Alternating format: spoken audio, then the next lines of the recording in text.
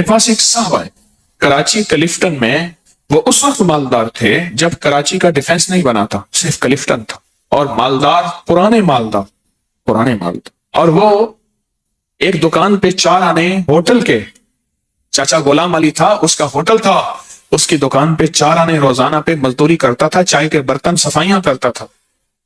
مجھے میرے زیر علاج رہے وہ زندگی کے آخری ایام میں، اس اللہ والے نے مجھے بہت کچھ سکھایا، میں ہر وقت سیکھتا ہوں۔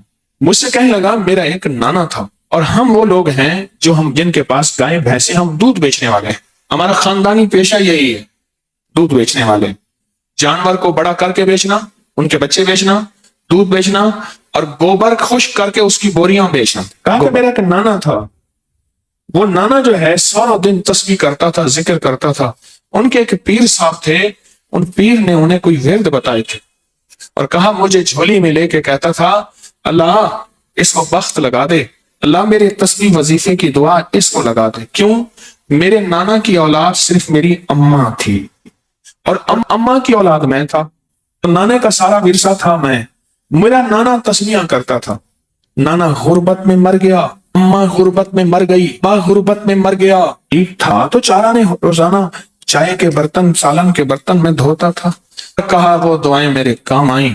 کوئی دوست آیا، انہیں میرے ساتھ چل، تجھے میں ایک کام کرواتا ہوں۔ کسی سیٹھ کے پاس لے گیا، رئیس تھا، اس نے میری صلاحیتوں کو دیکھا، اوپر سے چابیاں نیچے گر چکی تھیں، تالے کھل چکے تھے، دروازے کھل چکے تھے، بس میں نے دروازے کو ہاتھ لگانا تھا اور دروازے نے کھل جانا تھا۔ پھر سنایا اپنا واقعہ۔ یہ ماسکو روس کی کمپنی کرنسی روبل ہے، کیا ہے؟ روبل ہے۔ کہا میں ماسکو کے ایئرپورٹ پہ کھڑا تھا، میرے پاس نوٹوں سے بھرا ایک بریف کیس تھا، اور میں نے ایک ڈیل کرنی تھی۔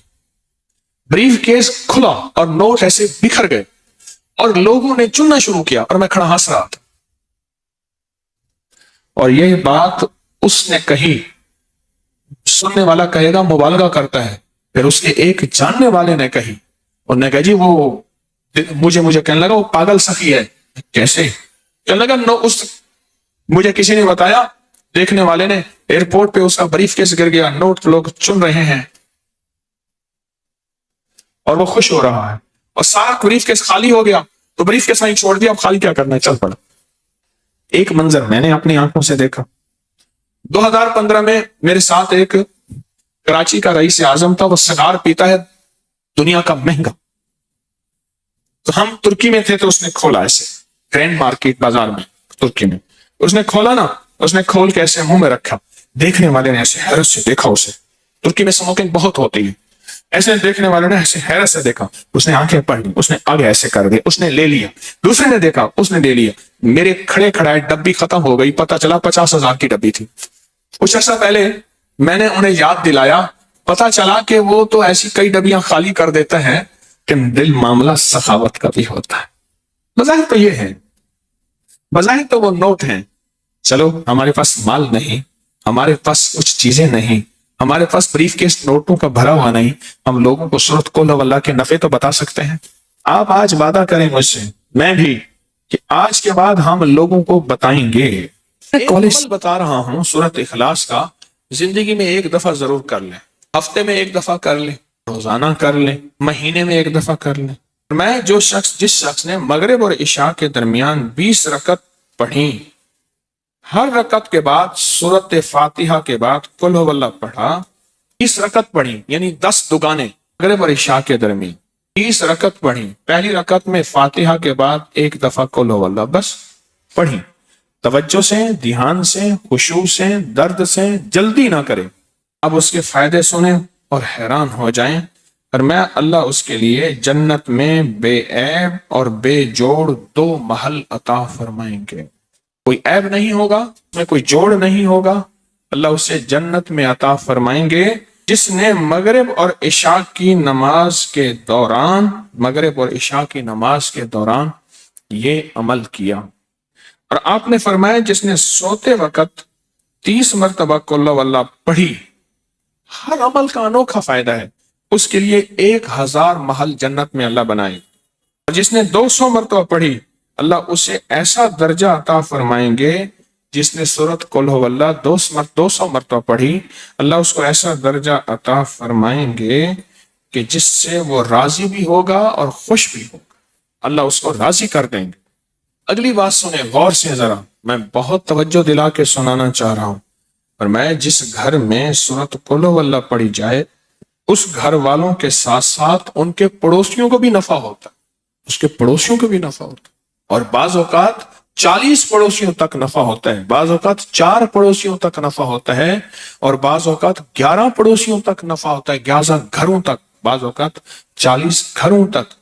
میں جو سورت قل هو اللہ پڑھتا ہے اس کے پڑوسیوں کو بھی نفع ہوتا ہے، رزق، عزت، روحانیت، دولت، اس کے پڑوسیوں کو بھی نفع ہوتا ہے، بلائیں ٹلنا، مصیبتیں ٹلنا، آفات ٹلنا، حالات کا بہتر ہونا، اس کے پڑوسیوں کو بھی نفع ہوتا ہے۔ جو عشاء کے بعد 2 رکعت پڑھے اور رکعت میں قل هو اللہ احد 15 بار پڑھے، اللہ جنت میں اس کو 2 محل عطا فرمائیں گے۔ ٹھیک کر لیں سعادتیں۔ میں کالج سے آ رہا تھا تو سیٹ پہ بیٹھا تھا، مجھ سے پہلے ایک بندہ بیٹھا تھا، کاٹن پہنا ہوا، یہ مچھیں، بڑی سی پگ، اور ایسے پھول کے بیٹھا ہوا تھا، 1.5 سیٹ اس نے لی۔ میں یوں کر کے بیٹھ گیا، یوں کر کے بیٹھ گیا۔ اس نے نا مجھے ایسے ترچھی نظر سے ایسے دیکھا کہ ایسے اظہار کیا کہ تیرے یہاں سیٹ پہ کیا حق بنتا ہے۔ میں نے چونکہ سیٹ کے پیسے دیے تھے، تھوڑی دیر ہوئی، میں نے کبھی چھیڑ چھاڑ کیے بغیر تک گزارا نہیں، چھیڑ چھاڑ تو بہت ضروری ہے۔ تو میں نے اس کی ایک چھوٹی سی ایک تعریف کی، ایک تھوڑی سی دکھتی رکھ پہ ہاتھ رکھا، بات چلی، وہ چپ کر کے سنتا رہا، سنتے سنتے سنتے کہنے لگا باتیں تو بہت اچھی کرتے ہیں، لیجیے میں نرمی۔ میں کہا بھائی کام ہو گیا۔ پھر میں نے اسے ایک عمل کا نفع بتایا، اب یاد نہیں میں نے کیا بتایا، تب عمل کے نفع بتائے، ایک بتاتا گیا، کوئی 1.5 گھنٹے کی گاڑی چلنی تھی، بتاتا گیا، حیران ہو گیا، اس کے کندھے جھک گئے، وہ سکڑ گیا۔ اس نے مجھے قریب کیا، جگہ دی، اور میں نے اس کی آنکھوں میں تیرتی، اس کی آنکھوں میں چمکتے آنسو دیکھے، اس کی نمی دیکھی۔ اللہ ہر دل میں ہے، اللہ ہے، اللہ ہے۔ میری کوتاہی نے اس کو اندر دبا دیا ہے، اس کا اللہ ہے۔ میں نے پھر ایک اور نفع چیز بتائی، پتہ کیا کہا الیکشن میں کھڑا ہوا تھا، اب اگلی بات سن، الیکشن میں کھڑا ہوا تھا، اتنے لاکھ لگا دیے، ہار گیا، دروازے کے سامنے آ کے ڈھول بجاتے ہیں، ٹینشن میں چلا گیا ہوں۔ دوست نے کہا ہے چپ کر کے بیٹھ کے میرے پاس آ جا، اب دوست کے پاس وقت گزارنے جا رہا ہوں، اور دل کہتا ہے مر جاؤں، ساری جمع پونچی لگا دی۔ مجھے بتایا تھا کہ تو جیت جائے گا، فلاں ٹھیکے دلوائیں گے، فلاں یوں کاروبار کروائیں گے، فلاں یوں کروائیں گے، قسط پیسے تو ایسے چٹکیوں میں نکل آئیں گے۔ ہمارے ایک مرحوم دوست کہتے تھے کوئی کام بھی ہو نا، کہتے تھے بس آپ نے چائے پکانی ہے، جتنی دیر چائے پکنے میں لگنی ہے کام ہو جانا ہے۔ کہ آپ کے آگے ڈھول بجاتے ہیں، ناچتے ہیں، مجھے پریشان کرتے ہیں۔ زچ ہو کے ایک دوست کے پاس جا رہا تھا اور جی چاہتا ہے مر جاؤں، دوست نے کہا آ جا، کچھ باتیں کروں گا، دل بہلاؤں گا۔ آپ نے جو یہ بات بتا دی نا، پتہ ہے اس نے کیا لفظ کہا دوست کے پاس جا کے میں نے سوچا تھا تاش کھیلوں گا، یہ کروں گا، یہ کروں گا، یہ کروں گا، کچھ اور بھی چیزیں تھیں، کہا اب بیٹھ کے یہی کروں گا۔ اپنا سرمایہ جیب میں رکھ کے اور دل میں رکھ کے، اس کو سخی کہتے ہیں۔ اب ایک سخی کملی والے کے ہم امتی ہیں تو ہمیں سخاوت پھیلانی ہے، محبت پیار سے بات رکھنی ہے۔ سرکار کا فرمان ہے، جو شخص علی کرم اللہ اس سے فرمان ہے، علی کا فرمان، میں جو شخص قبرستان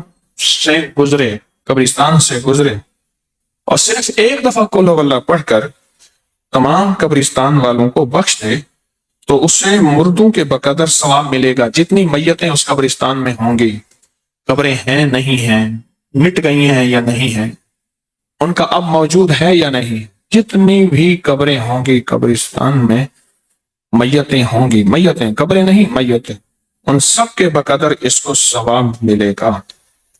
اور حضرت ابو ہریرہ فرماتے ہیں، ارشاد فرمایا، جس نے فجر کی نماز کے بعد 12 مرتبہ سورت قل هو